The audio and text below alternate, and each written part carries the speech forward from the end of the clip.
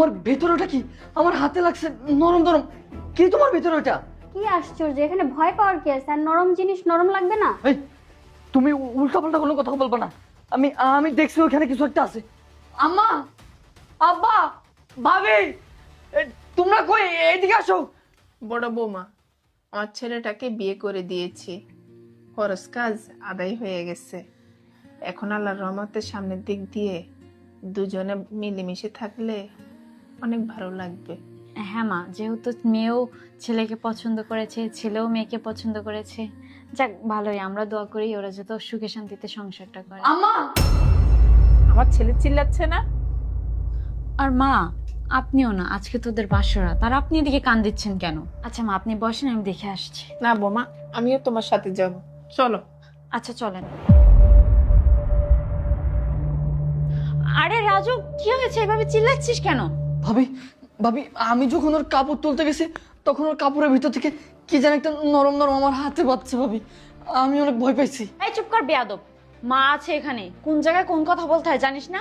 বেশরম কোথাকার। আরে ভাবি, তেমন কিছু না, শুধু শুধু আপনার দেবর ভয় পাচ্ছে। বৌমা, তুমি এসব কি বলছো?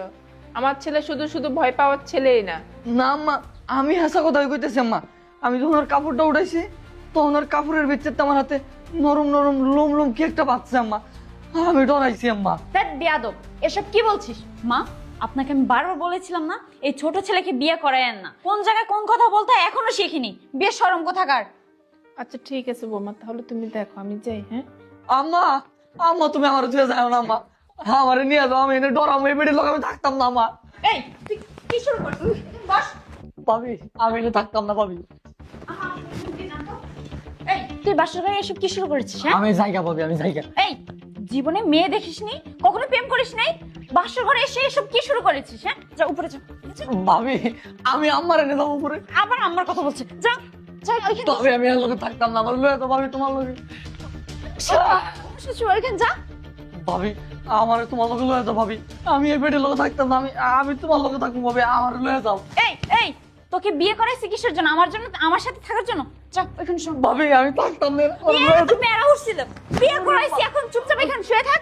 বউয়ের সাথে কি করতে হয় না করতে হয় সেগুলো আমাকে শিখিয়ে দিতে হবে। এখন চুপচাপ শুয়ে থাকবি, আর একটা কথাও যেন আমি না শুনি, ঠিক আছে?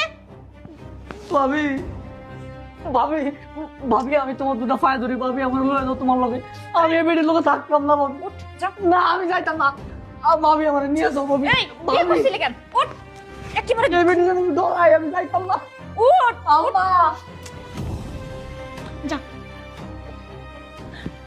বৌমা, আমি তোমাকে বলেছি না আমার ছেলের কিছু না কিছু হয়েছে। এই মহিলা আছে ফ্যাটকান না নিয়া, আপনিও বাড়ি যান তো।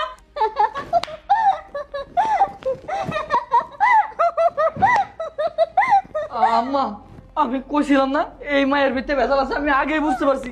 এই মায়ের ভূতে ধরছে ভাবি, তোমরা তো আমার কথা বিশ্বাসই করলে না। দেখছো কেমনে আসতেছে। মা একটু এদিকে আসেন, আমার কিচ্ছু হয়নি, আপনার ছেলে শুধু শুধু ভয় পাচ্ছে। মা একটু এদিকে আসেন না। ভাবি, কিচ্ছু হয়নি আমার, শুধু শুধু ও ভয় পাচ্ছে। জানেন মা, আমার শখের একটা বিড়াল, দেখেন ও আমাকে ছাড়া থাকতে পারে না, এই জন্য ওকে আমি নিয়ে আসছি। এটা দেখে আপনার ছেলে ভয় পেয়ে গেছে। ও আচ্ছা, এবার বুঝতে পেরেছি।